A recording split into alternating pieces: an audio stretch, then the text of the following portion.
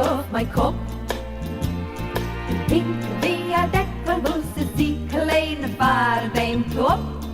Geht mir kein Sach nicht, die Tropfen von Regen auf. Hey everyone, welcome to Kill Me Now with Judy Gold. I'm your host, Judy Gold, and this week we have part 2 of my interview with Tristan Snell, who just, brilliant. And if you don't hate orange fuckface already, then there's something wrong with you. But you will hate him even more when you hear he's just the most awful person. But hopefully he'll be getting his due. I just wanted to update you on some dates coming up.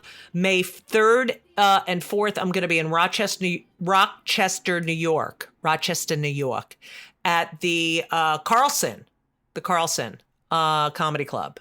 That's May 3rd and 4th. April 29, big fundraiser in LA for the National Coalition Against Censorship at the Comedy Store. That's going to be a fantastic show. And then I'm going to be going to Israel and Provincetown and other fantastic places. But I just wanted to get the word out for those dates. A lot of great podcasts coming up, rebranding coming up. Everything's in the works coming up. Woo! So that's exciting. And I just, this week, this is being dropped on Passover. So I want to wish all the Jews a Zis and Pesach. And, Passover, by the way, sorry, this fucking thing keeps hitting the microphone. I got to figure out what I'm doing wrong here. But anyway, the story of Passover, for all you non-Jews, all 2 of you, is a story of freedom. It is about the Hebrews' liberation from slavery from Egypt. And as we know, this year's Passover is going to be a lot different, a lot more meaningful. I think the story is going to resonate on many different levels for many different people on whatever side of the coin they're on. But let us remember that as Jews, we have survived. We have been slaves. We had been kicked out of pretty much every country. And here we are. It's a story of survival and freedom. And it's a story about asking questions. I mean, it is definitely, there's the 4 questions, but there's so many questions. I think it's going to be a pretty intense Seder, considering we still have 133 hostages in Gaza. But there's so much symbolism and so much history and the history of our people. And, where this took place should let you know that we are indigenous to the land of Israel. And whatever. We have Pharaoh. We have Moses. It's an amazing holiday. The matzah does constipate you, but I have to say that when I was growing up, I grew up kosher and my mother did everything. And especially Passover, changed everything over to Passover dishes and we covered everything and blah, blah, blah, blah, blah. And I got to tell you, the Passover food was horrible. And it is amazing how many decent, I will probably eat matzah pizza every single night because it's my favorite. And I make the best matzah brie. I'm just going to do this because I don't feel like bringing it every time, but I do make the best matzah brie. And write to me and tell me what you put in your matzah brie. I like it savory. I don't like it sweet. Some people just put sugar and cinnamon. It's fine. But you know what I put? I put a little salt. You have to salt it up because it's so bland. And cottage cheese. Oh my God. Matzah brie with cottage cheese. So delicious. Beyond. You can puke all you want, but I'm telling you, it is delicious. So I'm looking forward to eating a lot of eggs a lot of matzah, and trying out some really good recipes. I'm telling you, I'm on the Instagram and all I do is watch food prep because I don't know, it helps my ADHD and I just am obsessed with it. And I love watching cooking videos and I can't believe the recipes. I cannot believe. My mother used to make these rolls. They were called Passover rolls. They were so dense and horrible. But, they resembled bread, so we would eat it. And just now they have so much more stuff and so many different kinds of gluten-free. Well, it's not really gluten, it's yeast. You can't have any yeast. But, yeah, gluten. Isn't gluten yeast? Who the fuck knows? Anyway, I'm just saying there's so much more to choose from. And, potatoes, they make an appearance. But overall, it's a time to be together. We do tell a story, and the story is about freedom and hate. And so it happened how many years ago? And it's still going on. So I wish everyone a very wonderful and joyous Passover, even though, it's a trying time. And I hope that a lot of non-Jews get invited to Passover Seder's because they're really fun. And you drink a lot, and that's what it's all about. So I'm wishing you all a very happy Passover. I'm not even going to talk about, I could talk about the jurors, the Trump shit, but the whole podcast is about him and he's so fucking annoying. So I'm not going to talk about that, but I live right by Columbia University, and I feel like going over there right now with the big flag of Israel, but I'm just too tired. But yeah, a lot going on in the world, a lot of misinformation. So whatever. So here we are. It's Passover. I have a wonderful podcast, soon to change its name, and yeah, that's it. I don't know what else to tell you. So sit back, relax, and enjoy part 2 of my interview with Tristan Snell. How did listening to these victims, there were 6,000 in all, but you listened to 100, right? About 100 or so, yeah. A little bit more than that. Yeah. How did that affect you? Emotionally, and was it also one of the factors that made you persist through all these hurdles? Oh my God, yes. Yeah, 100%. Because it was like, at that point, you're not doing it for you or for like, oh, I'm trying to impress my boss or whatever. It's just like, no, like, I partway through the book, I talk about, it was pretty gut wrenching. Yeah. Actually, you know what? No, I know it's not in the book. That's the kicker. Mm-hmm. It actually didn't make it into the book. It's going to be in.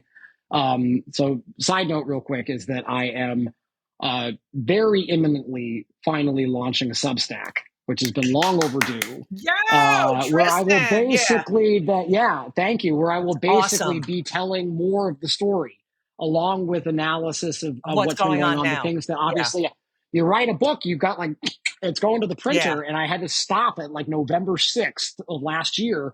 And it's like, I want to be able to write in greater depth about all the other stuff that's been happening and just keep on adding effectively more chapters to the book in a way. One of the things that ended up not making it into the book that I will share at one point here in the Substack is partway through the case. So during this delay, we had this long delay where Schneiderman had really like put the kibosh on it, and we weren't moving forward anymore. And it was done. I was working on other stuff. Like I had this big case against a bunch of the big banks that was gobbling up a lot of my time. Like we're talking kind of the winter of 2013. And the Trump case looked like it was dead. Like we didn't think it was coming back. We thought it was dead. And did you ever call any of those people back and say, listen, I don't. No, I did. I called them back. So they called me. Right. And it was heartbreaking because they're calling me up. So that's where I'm going with this. It's like, we're talking like the fall of 2012, the winter of 2013. And some of these folks were starting to call me up to follow up with me and being like, what's going on? I haven't heard from you guys. Are you guys still pursuing this? Like, please tell me you guys are still doing something about this. And no, I mean, it was gut wrenching to talk to these people because people would rant, they would scream, they would cry, they were mortified, they were embarrassed, they were hurt. These people had lost their life savings. One guy lost his home over it. They'd gotten into crippling credit card debt. Their dreams of being an entrepreneur were dashed. And these were Trump's super fans. Right. And these were people who wanted that entrepreneurial, being your own boss American dream. And they went to Trump University in earnest pursuit of that dream. And it was all a scam. And rather than come out of it with becoming a real estate investor and having their own business flipping houses like they would watch on TV, they got $35,000 worth of credit card debt or more in some instances. So these people were, and then they start calling me being like, what is up? Right. Why aren't you guys doing anything? And I can't say anything right. because when you're working on a case like that, you're very limited in what you can share right. about the status of a case. You're duty bound as a member of the AG's office. You're not supposed to share what's going on with an active investigation. So literally the only thing that I could really say to them is, yes, it is still an active investigation, because that was still true, but I couldn't tell them anything else. And they were trying to get more out of me. Right. And they were like, do you need more? And they were trying. They were like, do you need more from me? I can tell you more. I can go see if I can find some more documents. I think I might know where they actually gave these poor folks a diploma. Oh, God. It's so to make it look like they graduated. Yeah. It's so sad. And some of them went and found them for me. Oh, God. And sent me a photo of it. Oh, I think one person actually mailed it to me. Oh, it's so awful. They were like, oh, I can go dig around in my garage and go see if I can find some more stuff. Oh. And it's just like, it's okay. I've got what I need. That's not the issue. We've got plenty of, we got everything. We're good.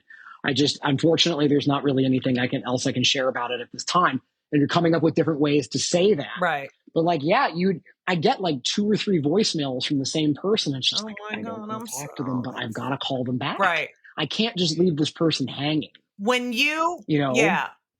That was really hard. I can't even imagine. Because then you just feel like, it's like, now I feel responsible for these folks people and trying to get them to a good outcome. But that's why you're there, is to get money back for consumers.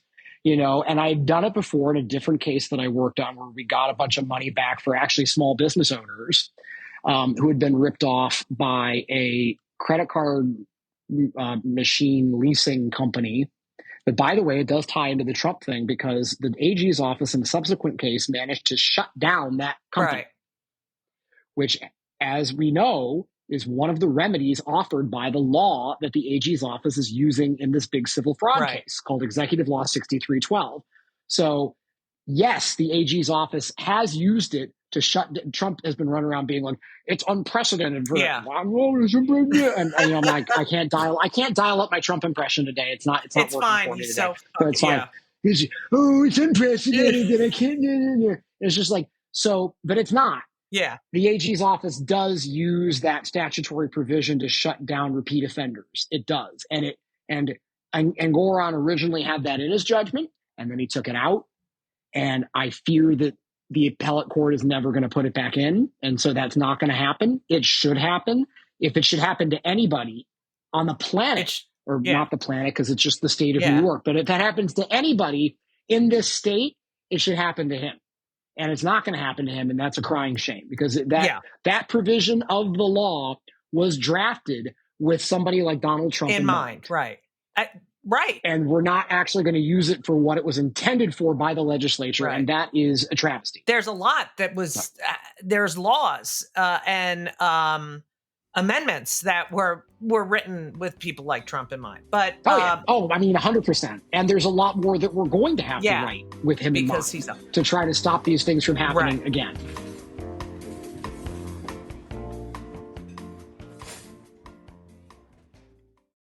When you got, now this was a big thing, and it's an exciting part of the book, when you got the transcriptions of the classes, you actually were witnessing these classes. Like, what the fuck went on in these classes?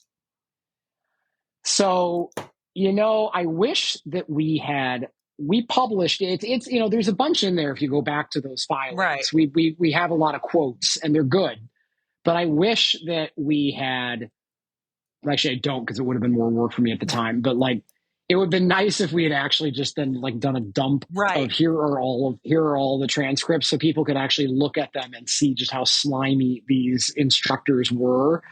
But they were coached to use high pressure sales tactics and what's called FUD, fear, uncertainty, and doubt.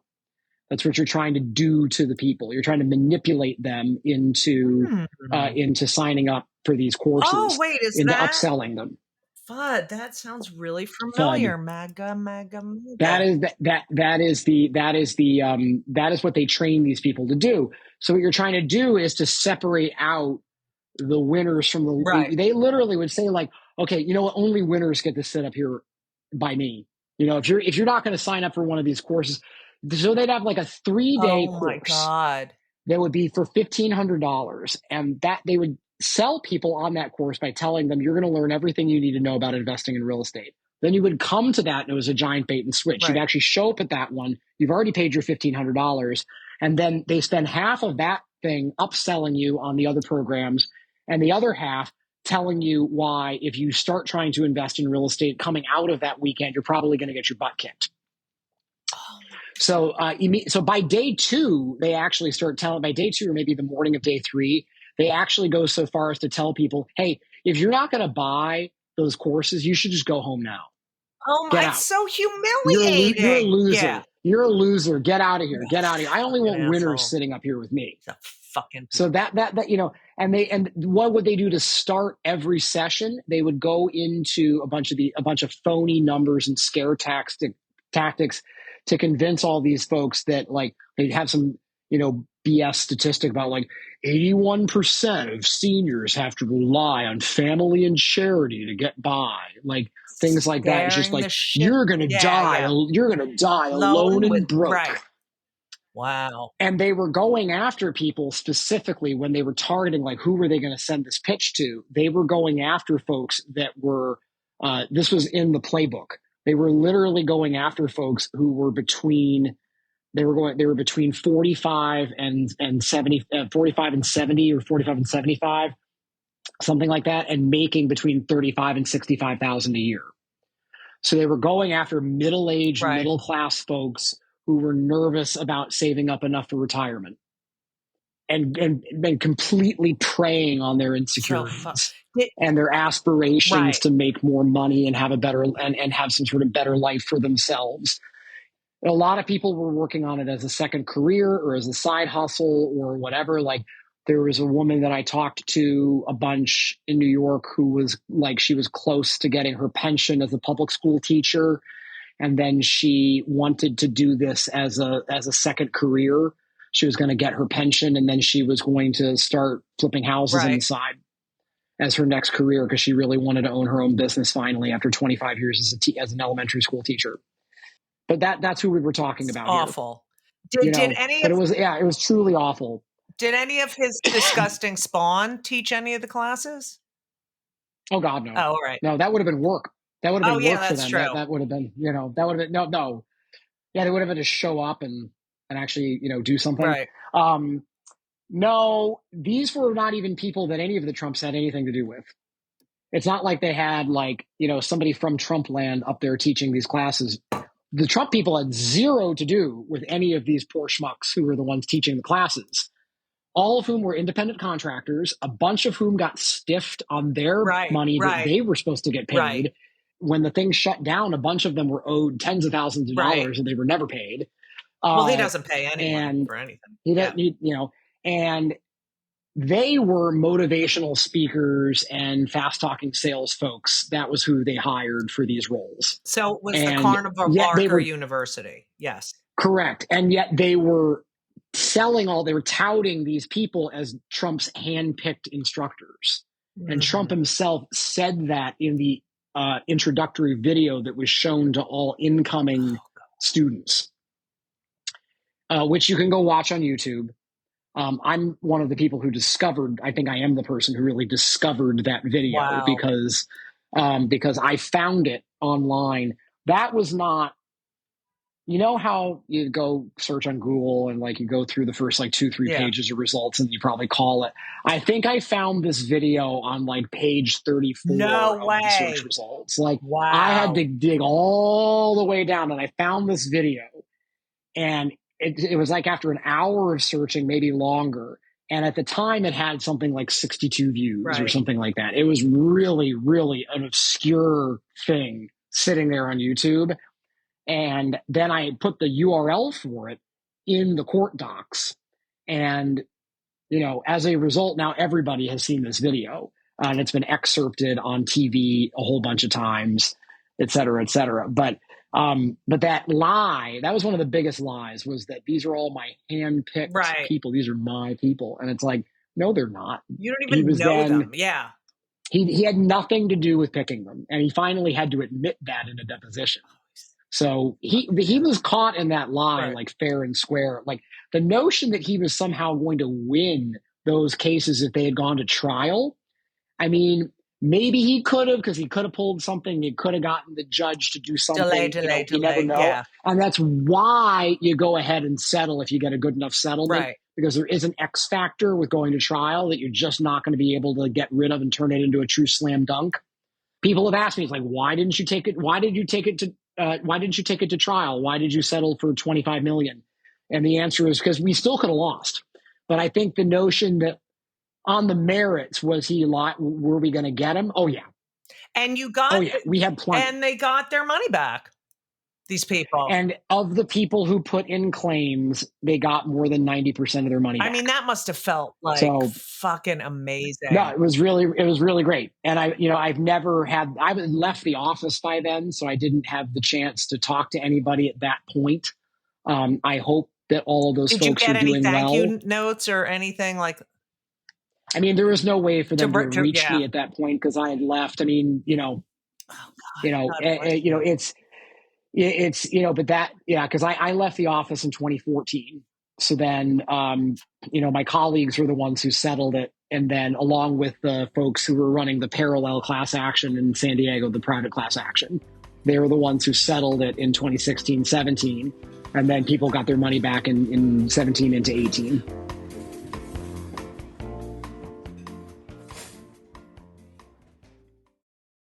Why do you think he fucking gets away with this shit? Why the fuck did they lower his, like, how does this keep happening? And it's like, you really think, you go, this is it. How many times I have thought, okay, there is no fucking way he's going to get away with this. How does this fucking keep happening? Yeah. So here's the thing is that I have been saying for a bit now that I felt like the appellate court would probably lower the award.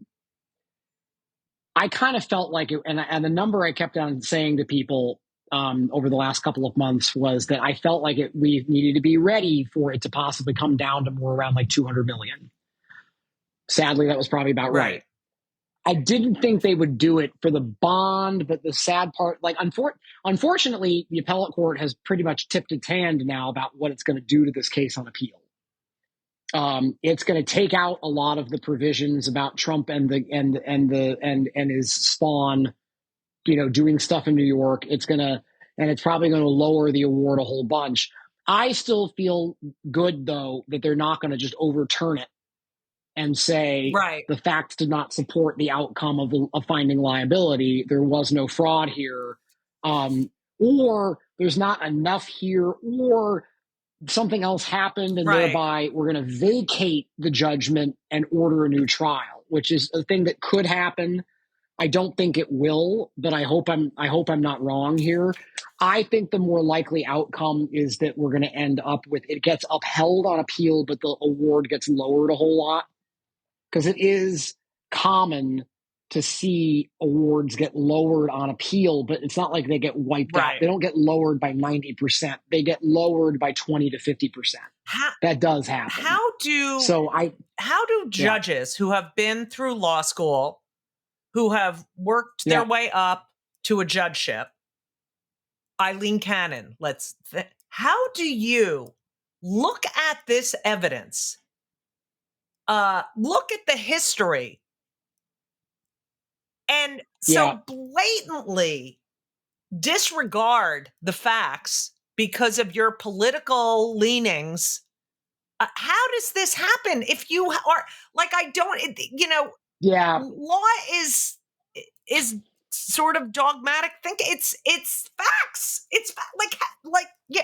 Oh, yes. Two things. One, politics. Right.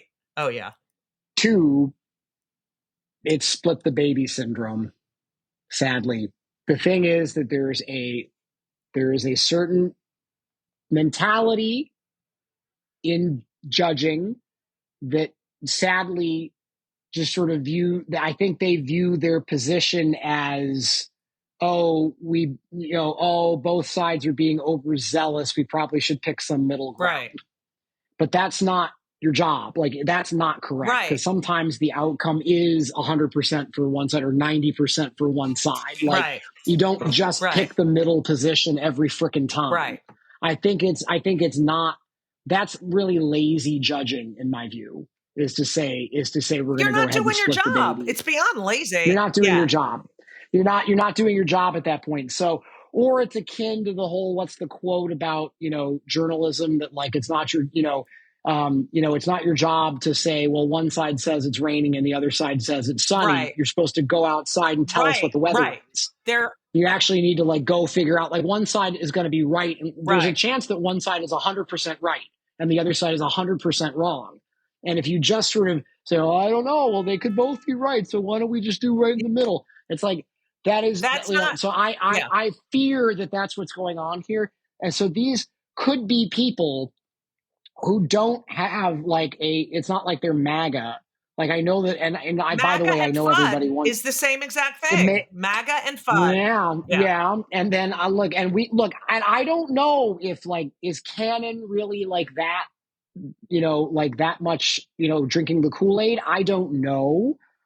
Or is she simply another baby splitter? Right.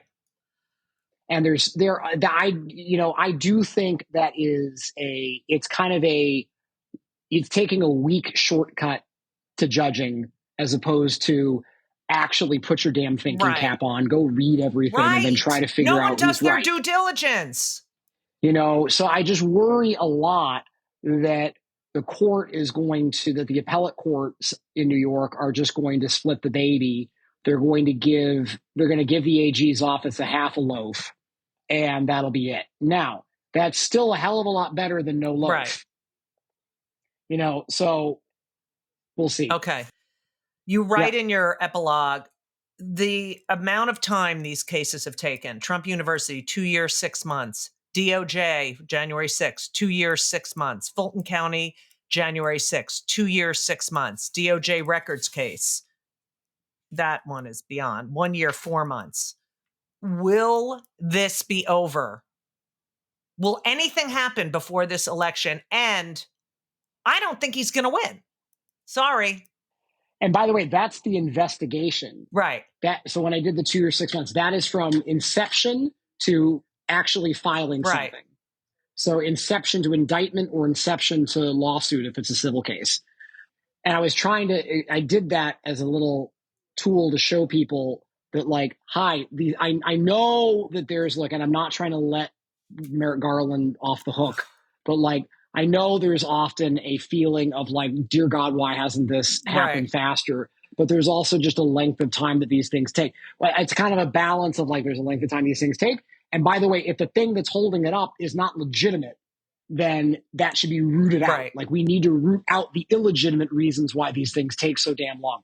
But to answer your question, I do think that a couple of these trials are going to make it before November. One of the best things that happened the last couple of weeks that we quickly forgot about and didn't even get that much attention, mainstream media pretty much didn't report on it, was DOJ in the Florida case saying to Cannon that the 60-day rule doesn't apply.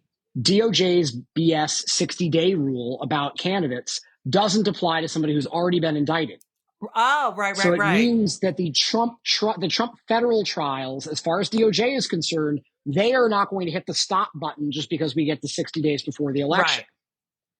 Now, there still could be all sorts of other things that go wrong, but that gave me a little bit more hope that we might see even the Florida case, maybe, or the DC case make it, and it will actually have commenced at some point in the summer, and it won't stop as we get into the fall. Fulton County, it isn't, contrary to everybody's belief, the reason why it hasn't moved faster is not because of what they did to smear Fonnie Willis. It's because the case is big and complex and has a lot of defendants and every defendant can go file a motion. And then the judges now, I don't really love how Judge McAfee is handling everything, but one of the first things he says, I don't know if there's a courtroom big enough in Atlanta to hold this thing. And it's like, go rent out the goddamn basketball arena if you have to. Find a space. It's not that hard. Do your fucking job. There's a lot of very big churches in Atlanta. Use one of them. Find something. You can find a spot that is not, you don't want to hold it outside in Atlanta in August. I get that. I've been there in August to the U.S. Attorney's office, in fact, and you don't want to be there outside at that point. It's a lot, but there are places you can go. Figure it out. There's probably a Waffle House in Atlanta that's big enough to hold that trial. Go find something indoors with air conditioning and enough room for all the damn television cameras and hold the damn trial. But and I think the New York case is happening this spring. Good. So, but we'll see. I know. We'll see. And I do think that we're gonna get convictions. And I think that regardless of all of that, I think Donald Trump notwithstanding, or I think in a separate, parallel but slightly related path, I think Donald Trump is going to lose the election. Yes, I do too. I do. Yay, Tristan! So, my favorite guest. Tristan, I could talk to you for fucking 5 days in a row. You're so, you're great. And you're so smart. Thank you. I appreciate it. Everyone get this fucking book, Taking Down Trump. It'll make you feel better. It'll make you feel a little better. That's what I was trying to do. I was trying to give people hope based in reality. Yes. So if people are freaking out about these cases, go read the book, because it is possible to get to the finish line. Yes. You can beat him. Yes. You just need to keep pushing. Well, thank you. Yeah. Thank you. Thank you. Thank you for speaking up. You're the best. Thank you for doing my podcast. Anytime. Keep fighting the big fight. The good fight. I will. All right. Thank you. You too. Thank you. You too. Thank you. Take care. Bye-bye. Thank you so much for listening to part 2 of my interview with Tristan Snell. How fucking amazing is he? And can you believe the shit? Can you believe that he's gotten away with it? He's such a and people are gonna vote for him. Like, what the fuck? Anyway, I can't get too aggravated. I hope you enjoyed it. Remember, I am gonna be in Los Angeles on April 29. That is next week. That is Monday at the Comedy Store for a fantastic comedy benefit for the National the National Coalition Against Censorship, of which I'm a board member. And I am going to be, the following weekend, I'm going to be in Rochester, New York at the Carlson Comedy Club in Rochester, New York. So get your fucking asses there. 2 shows Friday, 2 shows Saturday. That's it. I don't know what else to tell you. New theme song, new everything coming soon. And I do this for you because, as I've mentioned multiple times, I don't make no money. But I love this. I love this. What do you call genre? I love this genre, and I have so many I have good podcasts coming up. So, not that I ever have bad podcasts, but But that's it. I love you all, and I thank you all for listening. If you're still listening, God bless you. Oh, I forgot to do I'm always forgetting to do my credits. This podcast, Kill Me Now, I just dropped something. This podcast is produced by Laura Vogel, edited by Colin Schmaling, marketed by Brittany Jo Sowards Richmond, and I don't know why I keep forgetting to say that, but I don't know, I'm in another world. I haven't been sleeping that well. But I did lose weight, and I don't really have to use my CPAP machine. Isn't that fantastic? I'm not really snoring. So, the whole world's changing. But anyway, again, have a wonderful Passover. Follow me on Twitter. Why do I say Twitter? It's X, and I don't hardly ever check it. On Instagram, on Threads, on Facecock. Everything is at Judy Gold, JEWDYGOLD, except for Facecock, which is Judy Gold, JUDYGOLD. And yeah, I thank you all for listening. And if you're a Jew, eat a lot of fiber. And as we always say, so long.